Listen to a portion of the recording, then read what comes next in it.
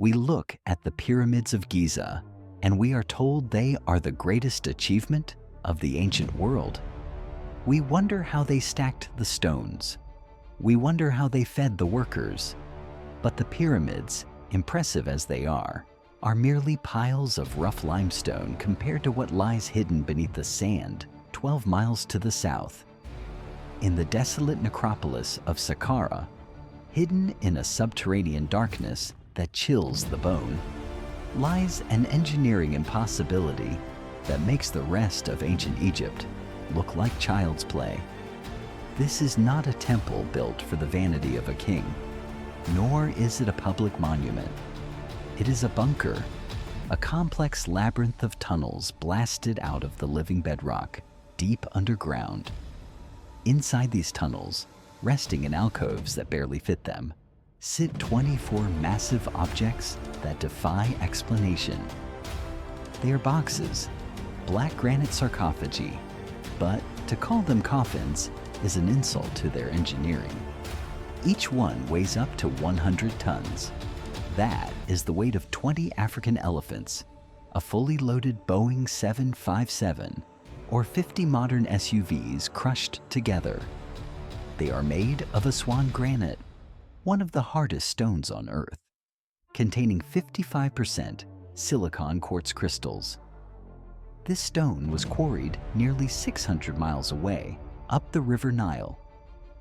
And yet, they were transported, lifted, and positioned inside a cramped underground tunnel system with only inches of clearance on each side.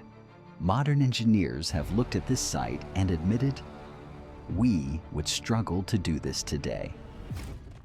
Welcome to the Serapeum, the place where the official history of technology breaks down. The year was 1850. The French Egyptologist Auguste Mariette was standing in the desert, battling the heat and the wind. He noticed something strange: the head of a sphinx sticking out of the shifting sand dunes. He remembered the obscure writings of Strabo, the ancient Greek geographer, who described a long avenue of sphinxes leading to a temple of the Apis bull.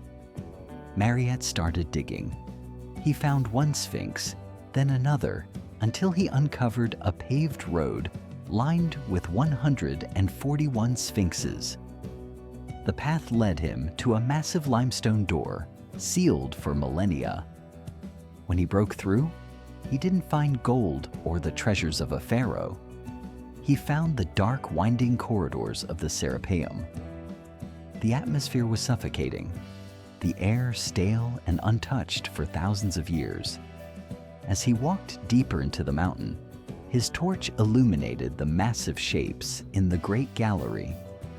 24 colossal stone boxes looming in the shadows like sleeping giants. One of them was still sealed. The mortar around the lid was intact. Mariette, desperate to know what was inside, used dynamite to blow the lid off. The explosion rocked the tunnels. When the dust settled, he expected to find the mummy of a sacred bull, covered in gold leaf and jewels. But the box was empty. It was perfectly clean, sterile, with not a single bone or fragment of DNA. Why would an ancient civilization quarry 100 tons of granite, transport it 600 miles, polish it to a mirror finish, and seal it with an airtight lid, just to leave it empty? Let's talk about the precision, because this is where the copper chisels and stone hammers theory falls apart completely. Granite is a hard rock, ranking as a 7 on the Mohs scale. Copper is a 3. You cannot cut a material of hardness 7 with a tool of hardness 3. It's like trying to cut a diamond with a wooden stick. In 1995, author and engineer Christopher Dunn visited the Serapeum. He brought precision instruments used in modern aerospace manufacturing and placed a machinist's square against the surface of the granite boxes. He was shocked. He shone a flashlight behind the square. If there was even a microscopic imperfection, light would shine through the gap. there was no light. The surface was perfectly flat, not just visually flat, but within 2/10,000ths of an inch. That is the precision we use today for manufacturing optical lenses or laser equipment. And the corners? The inside corners are perfect 90-degree angles. Try to imagine carving a sharp 90-degree corner inside a granite box using a round stone ball or a crude hammer. It is physically impossible. You need a rotating tool and high-speed drills with diamond tips. Christopher Dunn concluded that whoever built these boxes possessed technology that we are only just beginning to understand. These are not tombs. They are precision-engineered artifacts. The geometry is baffling, but the movement is even worse. The tunnels of the Serapeum are narrow, with barely enough room for a few men to walk side by side. Yet, somehow, the ancients maneuvered these 100-ton monsters around 90-degree corners. Imagine the scene. You have a 100-ton block in a tunnel only a few feet wider than the block itself. You cannot use cranes because there is no ceiling height. You cannot use hundreds of slaves pulling ropes because there is no room for them to stand. And then, you have to lower the box into a recessed alcove several feet below the floor level, gently, without cracking the stone, in a confined space. The lids alone weigh 30 tons. They were cut from the same block of granite as the box, and the underside of the lid and the rim of the box are polished to such a high degree that when placed together, they form a hermetic seal. This pushes the air out and creates a vacuum seal.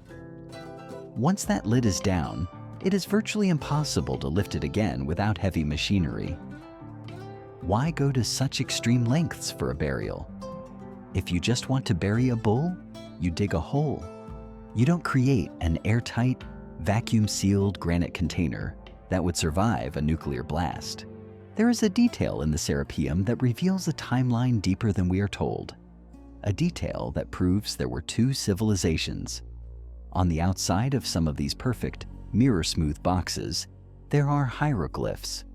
But unlike the box itself, the writing is crude, scratched, and sloppy. The lines are crooked, the depth is uneven, and the style is primitive. It looks like graffiti scratched by a child onto the hood of a luxury car. Why would the master craftsman who created a surface flat to 2/10,000ths of an inch suddenly forget how to carve a straight line? The answer is terrifyingly simple. They didn't. The people who built the boxes and the people who wrote on them were not the same. The dynastic Egyptians found these boxes underground, remnants of a time before their own history. They tried to claim them, scratching their names and prayers onto the surface, perhaps trying to harness the power of these objects. But they could not replicate them, and they could not move them. In fact, there is a box in one of the hallways that was abandoned mid-transport.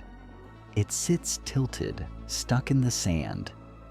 This suggests that at some point, the ability to move them was lost instantly. The project was abandoned, the lights went out, a cataclysm happened, and the knowledge died. If they aren't tombs, what are they? Some researchers have proposed theories based on the properties of the stone itself. Granite is rich in quartz, which is piezoelectric, meaning it can generate electricity under pressure. The dimensions of the boxes are not random. Could the Serapeum have been a functional machine? Some acoustic tests suggest the boxes resonate at a specific frequency.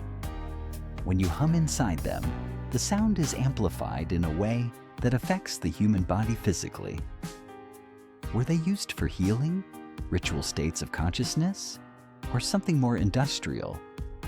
Other theories suggest they were used to store dangerous materials, where the vacuum seal would keep radiation or chemicals inside.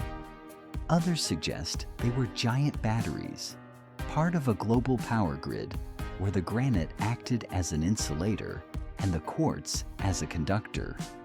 While we don't know the final answer, tomb for a bull is the one that makes the least sense. The Serapeum forces us to confront a difficult reality. We are told history is a straight line, but the Serapeum is a glitch in that timeline, an artifact out of time. It shows a peak of technology in the distant past that we cannot explain. It implies a civilization existed before the pharaohs that treated 100-ton granite blocks like styrofoam. And then they vanished. They left their machines in the dark tunnels, and later cultures found them, worshipped them, and buried sacred animals in them, imitating gods they did not understand. It is the cargo cult of the ancient world. Today, the Serapeum remains dark and unsettling. Most tourists stay above ground, but down in the dark, 24 boxes sit in silence, waiting. They're too heavy to move, too complex to be explained by copper chisels. They are the tomb of giant intellects who left us a message in stone. We were here, and we could do things you can only dream of. What do you think was the true purpose of the black boxes of Saqqara? Were they tombs, or were they machines? Let me know in the comments below, and don't forget to subscribe for more forbidden history.